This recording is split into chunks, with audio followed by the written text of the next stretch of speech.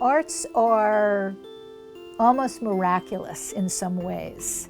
They free us. They allow us to make connections that are not necessarily apparent with factual information. I am an advocate for Arts for Change as it is attached to Stop the Silence, because I am also an art therapist and a drama therapist and a writer.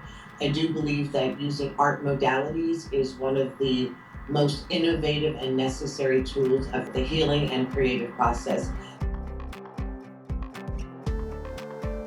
It takes away from the intellectualization and the conceptualization of abuse for victims and for advocates of victims, and takes it to the essential aspect of sensory awareness.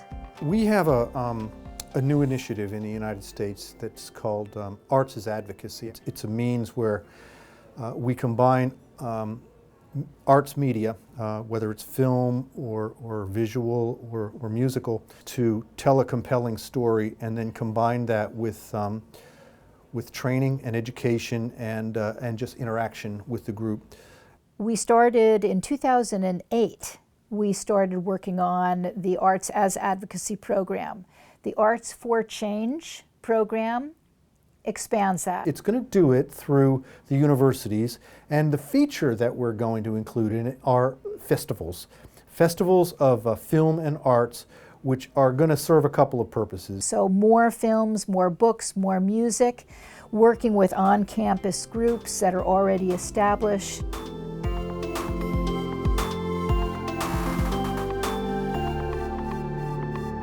There are other types of art that we not only plan to bring in, but are already utilizing. For example, there is a beautiful song, I'll plug my sister's song.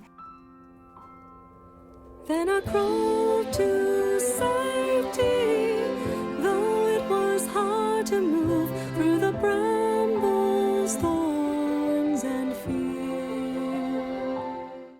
But the Greek community, sororities and fraternities, have aspects that are very important to the type of programming that we do. They're very socially oriented. Their reach is very far, both internally to their campus, but literally across the world. These are all intelligent young people, and when they do become engaged in understanding of a mission, such as Stop the Silence's mission, they are particularly effective. They're intelligent, they're dynamic, they're energetic, and you know what, quite frankly, they can be noisy, and that's a thing that we need. We need people to make some noise about this. I am a member of the Greek system. I'm an Alpha Kappa Alpha. There's been a lot of light being shown into the silence and shadow and darkness of the Greek system on college campuses, where fraternities are now finally being forced to deal with sexual assaults and sexual abuses under their roofs and at their hands. Date rape, druggings, gang raping. There's a lot of financing behind these institutions. There's a lot of funding behind these institutions, and thus there's a lot of secrecy and silence behind these institutions. So we are trying to allow for there to be a global voice of educating girls and boys as they enter into university. We also reach out through the professors, through the administrators, through the management of the university.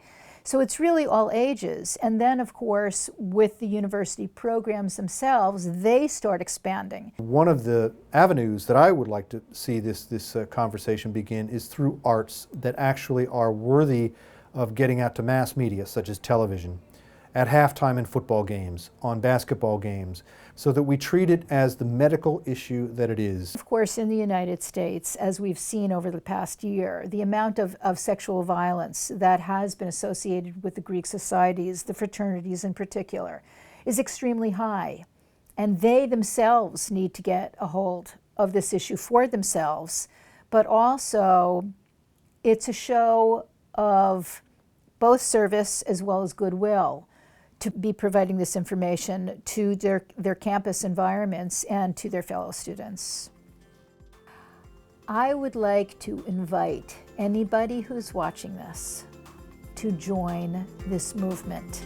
Art allows us to connect in a way that pure, simply stated, factual information can't.